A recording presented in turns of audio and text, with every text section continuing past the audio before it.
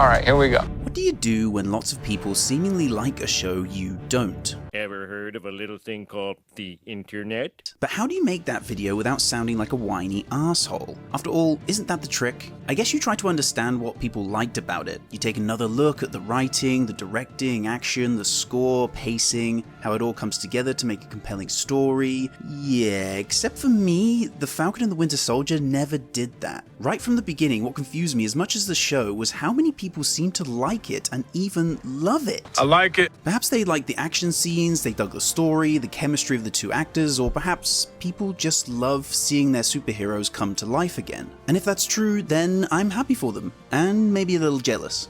Because honestly, I really didn't like this show, yet I really wanted to.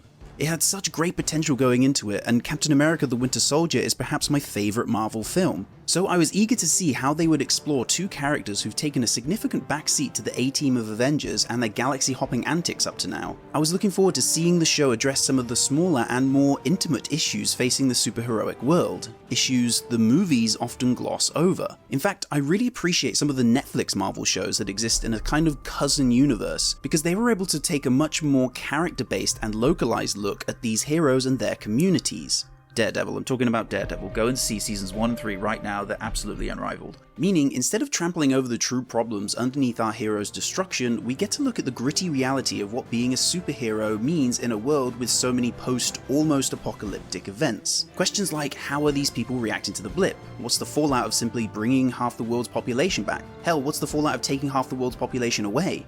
How did the communities of the world react? How did nature react? Are the superheroes respected now, or hated more than ever? And is the world now more divided than ever, and why? All of these questions are begging to be explored on a more micro and personal level, which is why this show was the perfect vehicle to explore it. Both able to build off the socio-political themes established in The Winter Soldier, as well as the after effects of fish out of water syndrome explored in both his sequel films. But instead, yeah, we got scenes like this.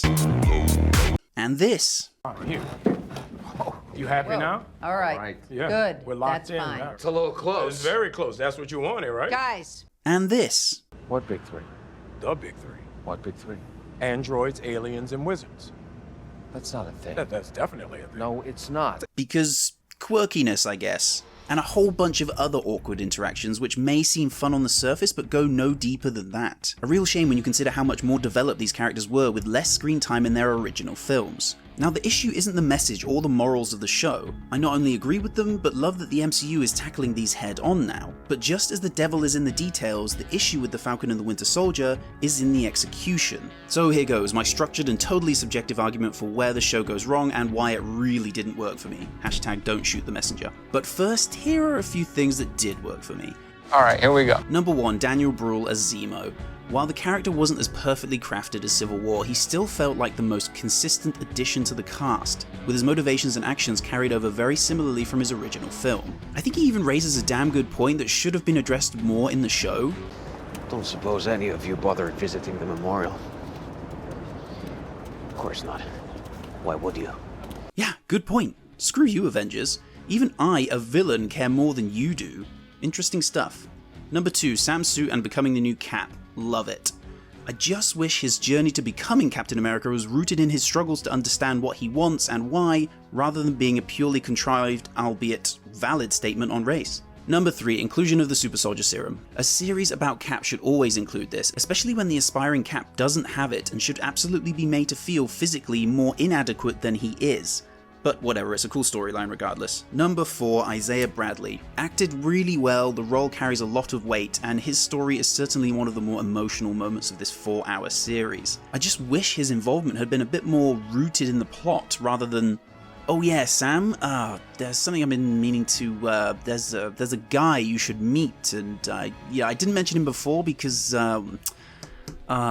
reasons. And that's about it. Now onto the good stuff, or the bad stuff, depending on which way you... Phase 1, a character without agency.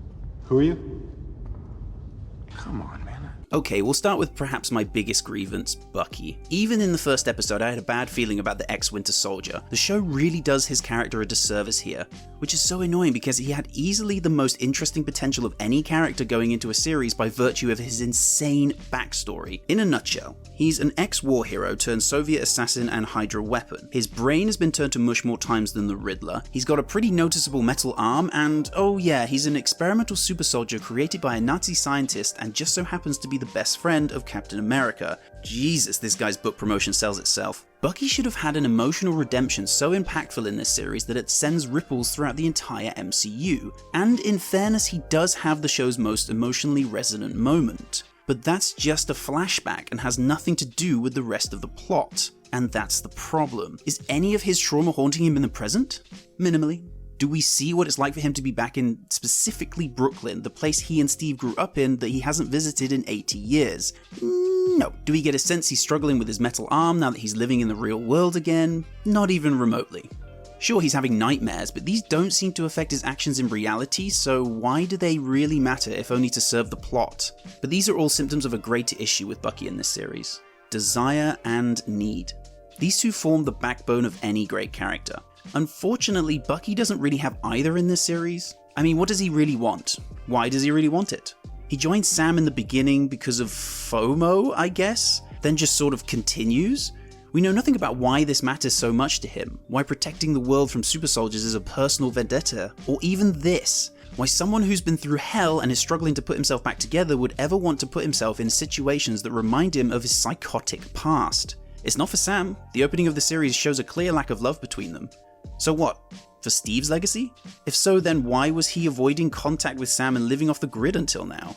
Oh, yeah. Well, see, the thing about that is...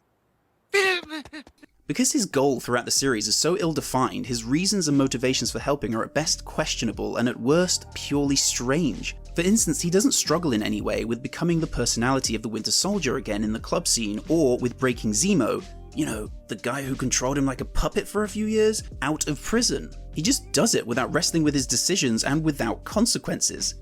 Even though it should be pretty obvious to these guards that Bucky helped him escape, but we'll come back to that later. Essentially, Bucky's external desire or motivation and his inner desire or need are left vague at best throughout the series and thus affect his entire character. His need should have been rediscovering a reason to live by forgiving himself for his past sins. His desire should have been to protect his community from the Flag Smashers and by extension the world from the Super Soldier legacy now squarely on his shoulders.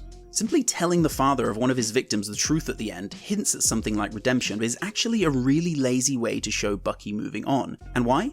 Because he doesn't debate whether or not this poor old guy would be better off not knowing, and when he does tell him, he just leaves, abandoning his responsibility as though admitting the truth absolves him of guilt and now he's free to walk away. Something that's ironically in direct contrast to what Sam says here.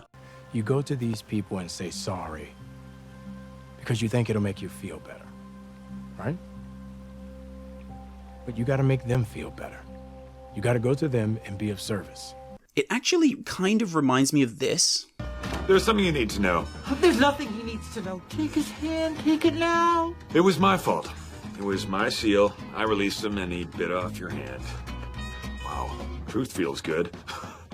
You did this to me? And Job was about to experience something that didn't feel that good. No, Buster! Oh! And that was about a seal biting off his brother's hand, and yet that still felt like a more, well, natural reaction. This is why some scenes at the season's climax feel so devoid of meaning. His therapist note, for instance, is supposed to mean Bucky's moved on and made amends.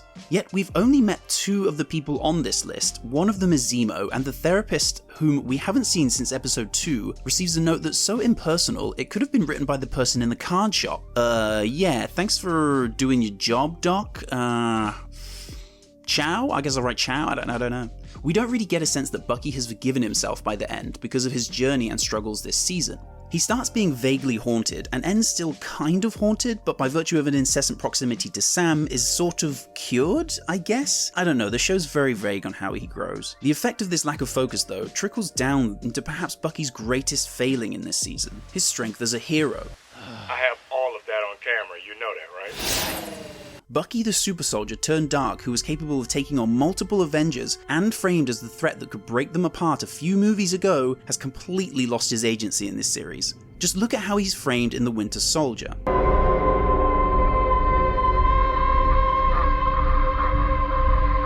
And then in Civil War. In these, he's the Winter fucking Soldier. Now look at him in his own series. Hello, girl, kick your ass. Do you see a difference? Instead of the most feared assassin, the one you couldn't see until you had a Soviet slug in your gut, we've now got an idiot who jumps out of planes, can't count bad guys, gets beaten up by a bunch of amateurs, doesn't notice Sam sneaking up on him, nearly gives away their position, nearly lets Karli get away, and who seemingly doesn't do or contribute anything particularly useful other than being Sam's glorified bodyguard. It's shocking how far this character's agency has fallen, and all for the sake of forced banter that doesn't suit him. I don't know about him being the shadow of Captain America, because in this series he's barely the shadow of himself. And then there's Sam. Falcon was always going to have a hard time standing out, given up to now he's been characterized as a Robin-style sidekick. However, the issue with him isn't that he acts differently, it's that what he wants isn't clearly defined. After all, what's his motivation to continue on after losing Steve? Why work for a government that doesn't take you seriously? A government that apparently doesn't pay you for risking your life and doesn't care enough to give you a team. Doesn't it annoy you that you're not told the new Captain America is on the same mission as you? Instead, Sam's left playing half detective, half spy, half soldier, half family man, half comic relief, and half crusader, all the while forgetting he does things half as fast as Steve and shouldn't be able to keep up with his super soldier foes that don't play by his rules in the first place. It was imperative right from the beginning that Sam earn the status of lead protagonist. The time needed to be spent establishing his fears of inadequacy, trying to live up to the Shield's legacy. That way we can see how he's progressed over the course of the series, especially against forces that outmatch him physically. We need to see his fears dispelled by a realization that what America needs is not just a black Captain America, but specifically him to plant his feet in the ground and fight for what he believes. Instead, we get a contrived attempt for the story to characterize him with family, nephews, and money issues, without really getting to know who this guy is. What's he afraid of? What does he want? And best yet, what does he need? None of these are explored or even hinted at to the degree they should be, and it leaves his protagonist status wobbly as a result. But speaking of inconsistencies, Phase 2, all over the place. Literally as much as internally. Could have just walked. Perhaps the second biggest issue with the show, and the one causing both the lead characters' decline, is that it's trying to pull in several directions at once. With each scene, the show attempts to explore something new while leaving what came before it as an afterthought. For instance, is it a serious statement on race in America? Yes, especially if you watch the last episode. But flip back a couple of episodes and it's a buddy cop comedy not even touching on race. Sometimes it's a Captain America Deep State sequel, other times it's a character study about moving on after the blip. In the next scene it's about proving yourself worthy of the shield, and then about the reality of superheroes being rejected by their government. Hell, is it a meta-commentary about the role of B characters who find themselves both in and out of the spotlight? Simply wait for the next scene because it'll probably be about something else entirely by then. And that's the issue. The show spends so much time stumbling around each of the directions above that it ends up going nowhere. It's what makes Sam's exhausting speech at the end so cringy. Because the show didn't focus on just a few key issues, Sam has to explain his stance so deeply to the confused faces of people he's never met that their only response is, "Look, I get it, but you have no idea how complicated this situation is." Am I right?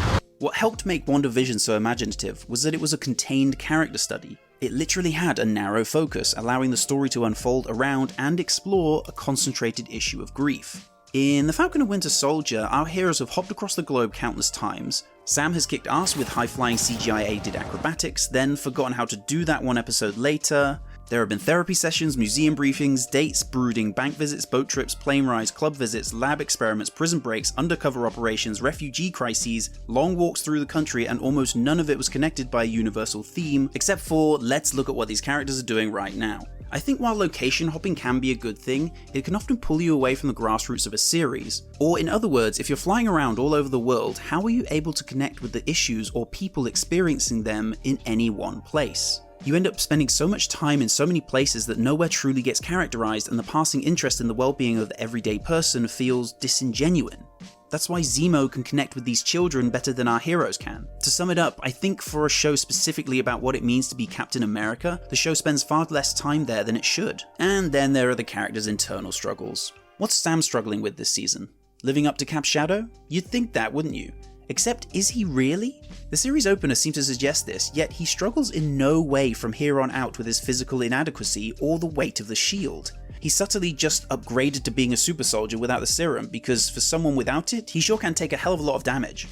Or if Sam does struggle internally, it's never shown or explored because we're busy chasing the plot around the world. Likewise, if Bucky is struggling with his new life back in Brooklyn, then why snatch him away from it for almost the entire season? The show never lays the ground rules for its two main characters, and as a result, Sam's roots are all over the place.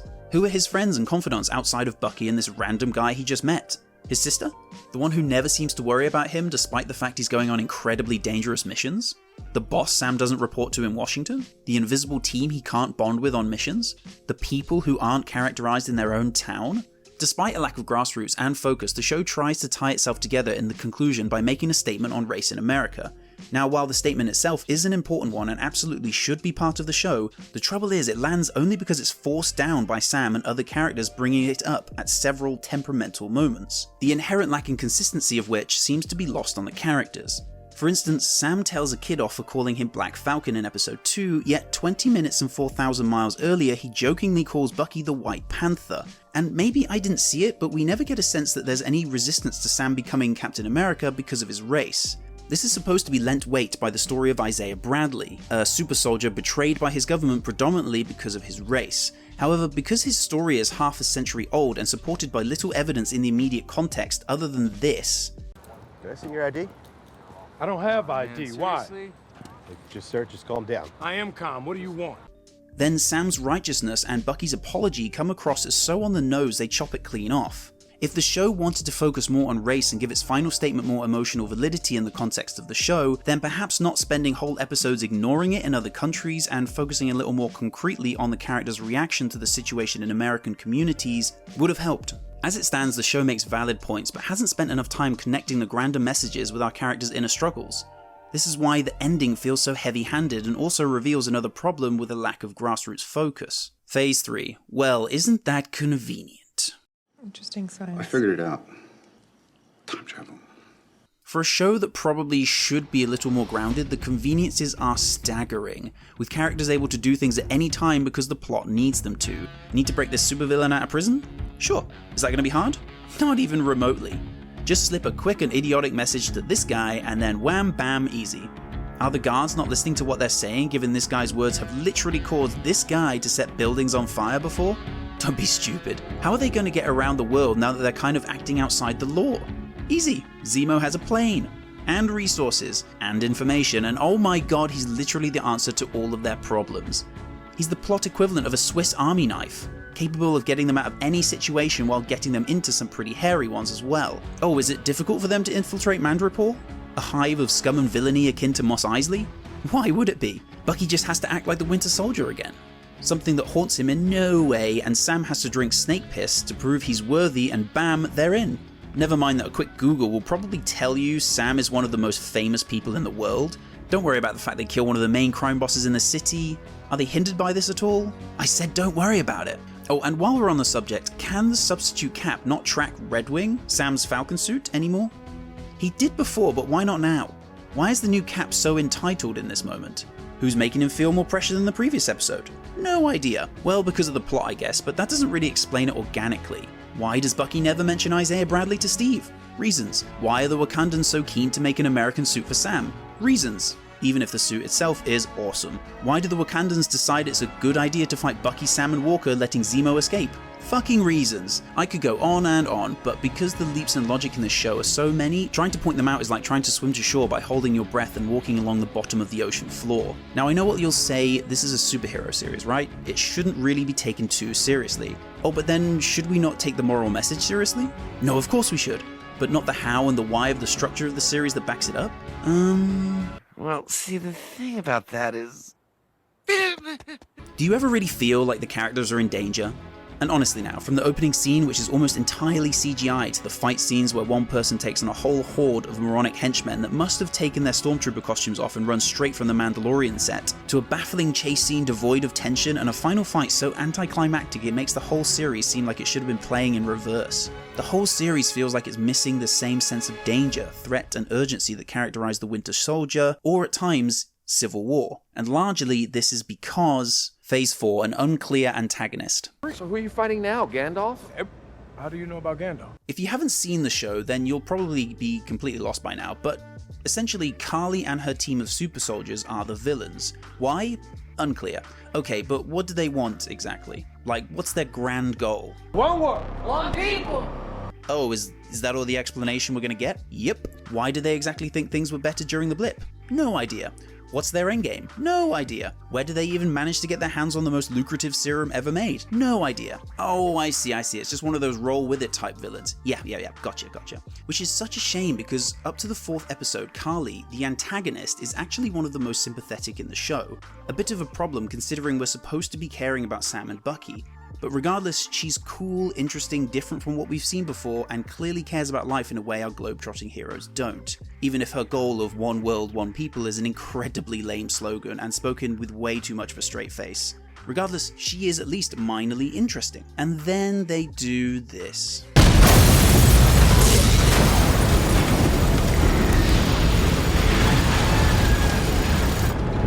There were still people in there. This is the only language these people understand. Why? God, she could have been a much more interesting villain if you just kept her noble and her cause worthy, but now she's killing to achieve her means. And in the most generic way possible too. Why would we care about someone who seemingly doesn't care about their own ideals?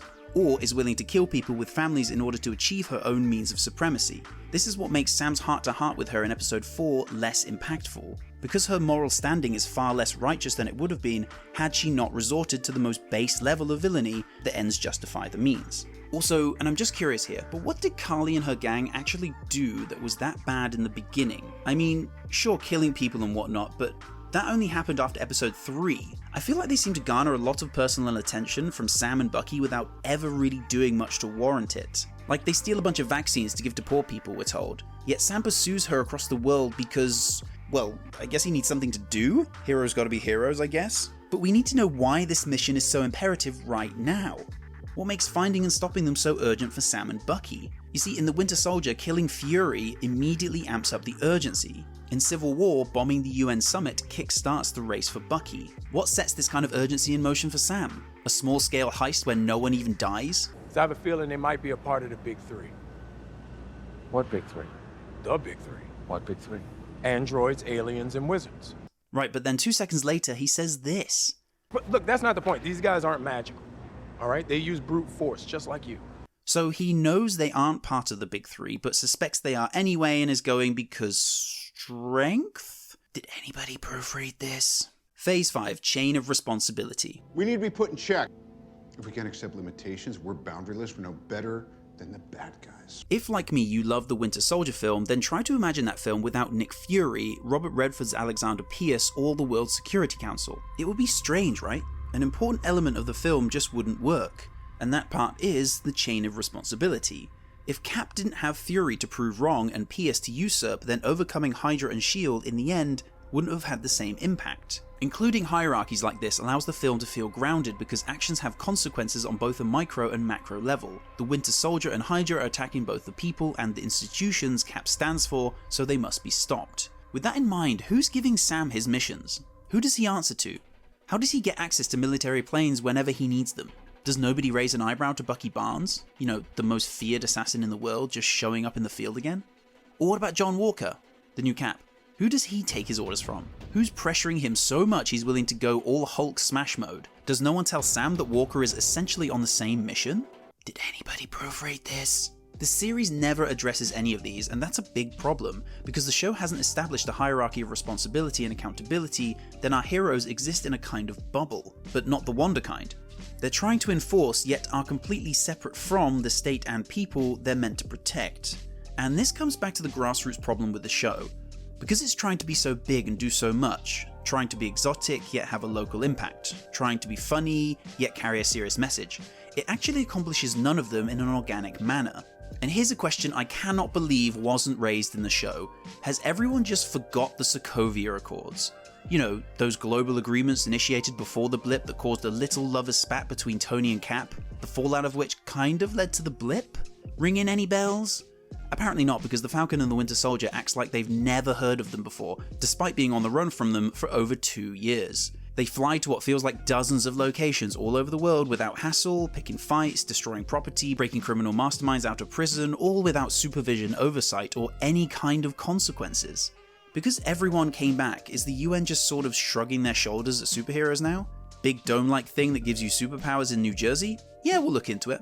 Metal-armed Hydra assassins back on the block? Well, one of the world's greatest terrorists on the loose again? Nah, I'm sure it'll be fine. The important thing here is that because the show doesn't include this chain of command, there's no representative of institutional failure for Sam to butt heads with. I guess you could say it's Walker, but his authority is highly questionable right from the beginning and has nothing to do with invoking the Sokovia Accords anyway. So who exactly is in charge? What's annoying is not only the show's lack of consistency from something that was a huge deal just a few years before, but leaves the audience to fill in blanks the size of buildings because the story just never addresses them. If Sam had had a boss, or a team, or an organization, or fucking something to report to that represents the mindset of America right now, then we'd get an idea of the context surrounding all of his decisions. But because no country seems to treat Karli as much of a big deal, we're left wondering why it's such a big deal for Sam and the show. Okay, and finally here are a few quickfire grievances accompanied by some mild entertainment. Number 1, cheap bait. Guess who's gonna pop up at the end of this episode, kids? Tune in next week to see the new Cap. Remember Zemo? Cool, a Wakandan assassin.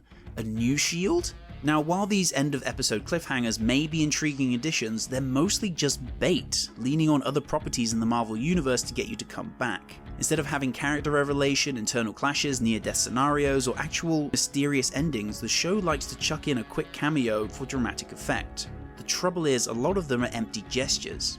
Number 2, buddy cop comedy without a key ingredient. I get this is probably a little nitpicky, but for most of the season, Sam and Bucky don't actually work very well together for me. People think the key component to a buddy cop story is simply their conflicting personalities, but what's more important is what's behind that. Both characters need to have a compelling reason to clash. That's what makes Cap and Tony's banter so heated, or Thor and Loki's. Because both characters' stances haven't been established, their chemistry in playing off each other isn't based on their beliefs and thus felt very forced for me. Number 3, Sharon Bad. Oh god, I mean, she basically went from being loyal and cool in previous Cap films to, well, an evil double agent. And why? Reasons. I mean, if they had decided to make her Sam's boss in this one, or someone helping refugees in a GRC camp, that would have been more believable. Hell, if she'd been the new president of Stark's company, even that would have been less far-fetched than blanketly evil because USA bad now. Oh man. Wait, unless she's one of the aliens from Captain Marvel, then her personality 180 totally makes sense. Marvel, you sneaky devils, you. Okay, in the end, the Falcon and the Winter Soldier failed to live up to the potential laid out by the rest of the MCU, and particularly the previous Captain America films. Whereas WandaVision was a show with several great ideas roped artfully together, the Falcon and Winter Soldier feels like a show with a distinct lack of any, and compensates for this with a botched message and a story that flip-flops all over the world. What's most troubling is that even if I did like the show, admitting it's actually good or on par with Captain America films is a big leap. And then I learned that the writers of this film have been hired to do exactly that. Write the next Captain America film. Let's hope they can, I don't know, focus and ground the movie a little bit more than the show has been. Otherwise, if the same problems keep on surfacing in the movies, then the next Captain America will stand out like a Zemo dance scene from the rest of the franchise. It's all just an act. Stop! Stop! He's already dead. I just really wanted to use that Simpsons clip. Anyway, thanks for watching, I really appreciate it. If you like the channel, you can like, subscribe, and all that other good stuff. Or if you think I'm full of it, then let's debate it down in the comments. After all, that's what YouTube's good for.